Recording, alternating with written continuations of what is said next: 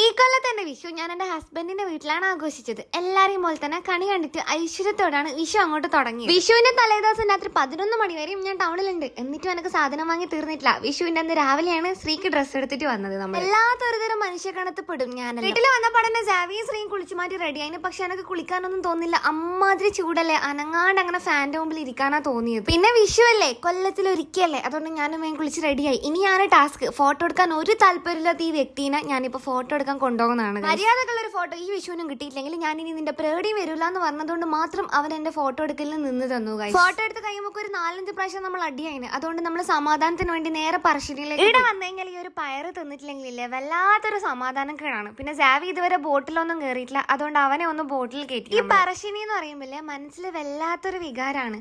വിഷു ആയിട്ട് ബീച്ചിലെല്ലാം പോയി ഇരിക്കാണ്ട് നീ എന്തിനായി പറശ്ശിനിയിൽ വന്നേന്ന് ചോദിച്ചാൽ സമാധാനത്തിന് വേണ്ടിയിട്ട് എന്ന് വേണമെങ്കിൽ ഞാൻ പറയാം.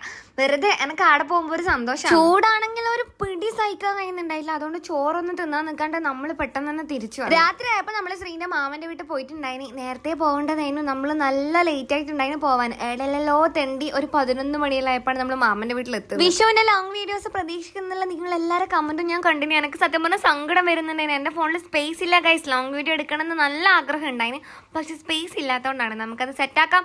അപ്പൊ ശരി ഗൈസ്, എല്ലാവർക്കും എന്റെ ബിലേറ്റഡ് ഹാപ്പി വിഷു.